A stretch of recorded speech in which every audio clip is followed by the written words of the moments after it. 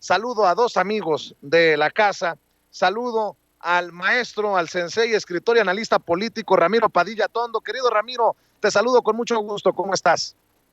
¿Cómo estás, mi querido Vicente? Aquí, listo para dejar la víbora chillando. Sobres, pues también saludo con mucho gusto al periodista, reportero en México de Actualidad RT y miembro de esta familia sin censura, Manuel Hernández Borboya. Querido Manuel, ¿cómo estás? Muy buenas tardes ya. Hola, ¿qué tal, Vicente? Ramiro, un saludo para los dos y un gusto estar aquí en la mesa. A ver, déjenme iniciar con esto que planteaba. El presidente Andrés Manuel López Obrador es un hombre de mucho tesón, muy aferrado a sus convicciones. Y me queda claro que no importa si Trump se fue, si llegó Biden, si se reelige Biden o llega Trump, insistirá en que se cumpla la promesa de invertir en Centroamérica. Y hoy, pues la declaración fue fuerte. Invierten desde el Capitolio en Ucrania y se niegan a invertir en Centroamérica como ya se le había prometido. El presidente, el presidente no es Peña Nieto, que se convirtió en tapete del gobierno de Estados Unidos, y si no, pues acuérdense de Luis Videgaray, que no salía de la Casa Blanca y de sus reuniones con Jared Kushner. No se les olvide que en algún momento desde Estados Unidos nos ordenaron expulsar al embajador de Corea del Norte por un diferendo entre Estados Unidos y Corea del Norte, y nos vimos en la penosa situación de expulsar al embajador de Corea del Norte desde nuestro país. Ahí sí que sin vela en el entierro, pero bueno, mi querido Ramiro Padilla Tondo, el presidente Andrés Manuel López Obrador, reafirmando su papel de jugador regional, de líder regional, querido Ramiro.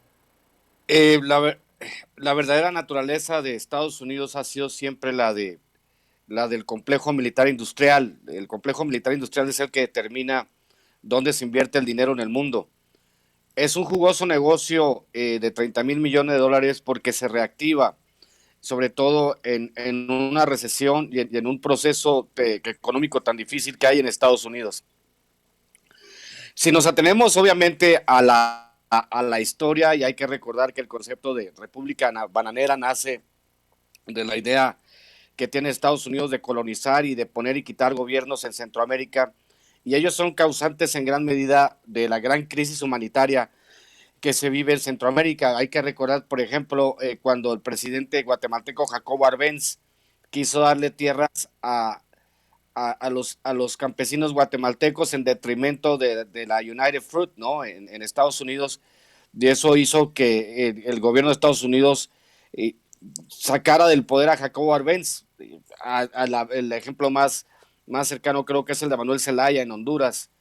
Entonces, los Estados Unidos provoca una crisis humanitaria en Centroamérica, y cuando llegan los migrantes huyendo de la violencia, por la violencia que creó Estados Unidos en Centroamérica, se enojan y no los quieren dejar pasar, y luego nos echan la yuca a nosotros, los mexicanos, con nuestros hermanos centroamericanos, que es una soberana estupidez, porque nosotros y los centroamericanos básicamente llegamos a ser un mismo país. Las divisiones son artificiales y somos exactamente hermanos.